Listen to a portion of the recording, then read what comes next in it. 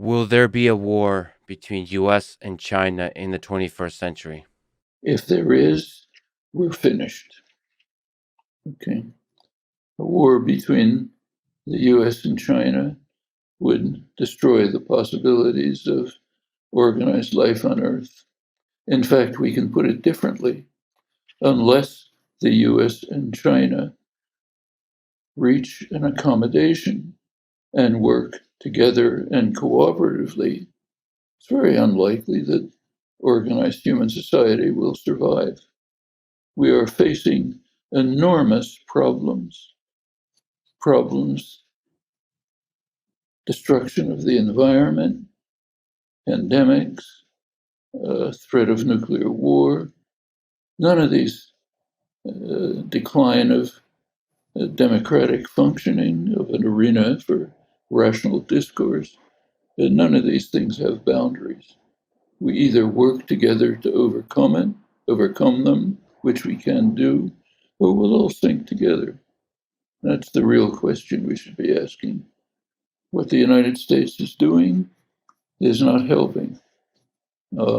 So current US policy, which is perfectly open, nothing secret about it, is to what's called encircle China, it's the official word, with sentinel states, South Korea, Japan, Australia, which will be heavily armed, provided by Biden with precision weapons aimed at China, backed by major naval operations. Huge naval operation just took place in the Pacific. Many nations participating. RIMPAC didn't get reported here as far as I know, but an enormous operation threatening China. All of this to encircle China, to continue with policies like that. Somebody like Pelosi, just to probably to make her look more, I don't know what her motives are, taking a highly provocative, stupid act opposed by the military, opposed by the White House. Yes, acts like that, which of course called forth a response, highly dangerous. We don't have to do that. We don't have to increase the threat. I mean, right now, the last NATO summit, take a look at it. For the first time, it invited to attend countries that are in the sentinel states surrounding China, encircling China from the east. And it, in fact, extended the range of NATO to what's called the Indo-Pacific region.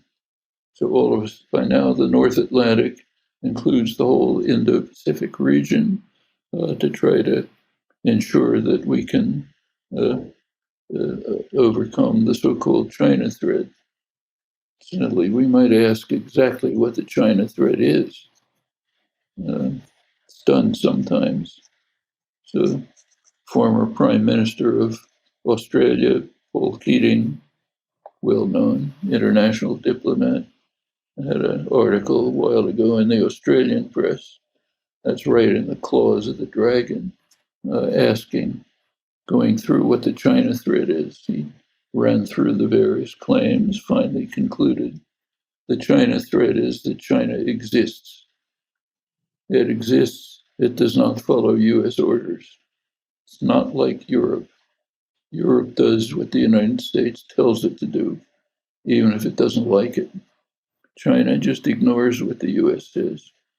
Now, there's a formal way of describing this. There are two versions of the international order. One version is the UN-based international order, which theoretically we subscribe to, but we don't accept. The UN-based international order is unacceptable to the United States because it bans US foreign policy. Literally, it explicitly bans the threat or use of force in international affairs. except under circumstances that almost never arise. Well, that's US foreign policy. Try to find a president who isn't engaged in the threat or use of force in international affairs. Okay, so obviously we can't accept the UN-based international system, even though under the Constitution, that's the supreme law of the land. But it doesn't matter. So the United States has what's called a rule-based international order. That's acceptable because it's the United States that sets the rules. So we want a rule-based international order where the US sets the rules. In commentary in the United States, even in scholarship, almost 100% calling for a rule-based international order. Is that false? No, it's true. Is it propaganda?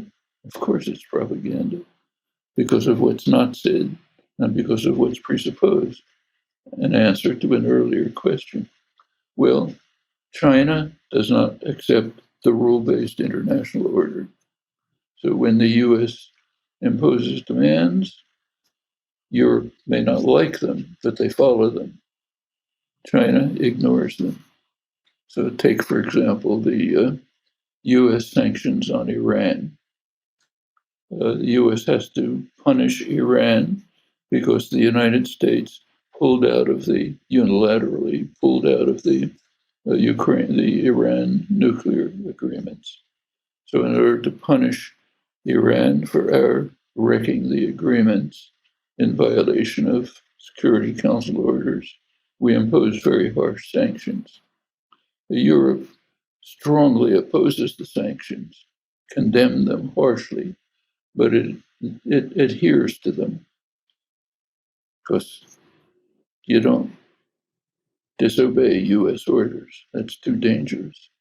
China ignores them. They're not keeping to the rule-based international order.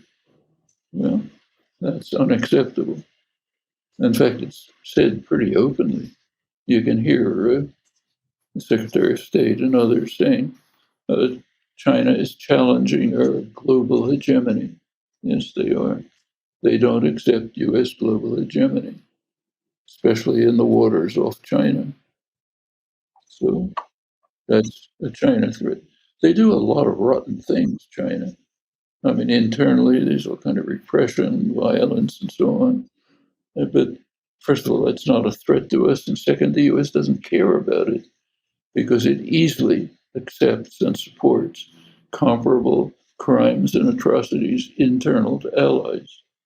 So, yes, we should protest it, but without hypocrisy. We have no standing to protest it. We support comparable things in all sorts of other places. Just take a look at the US foreign aid.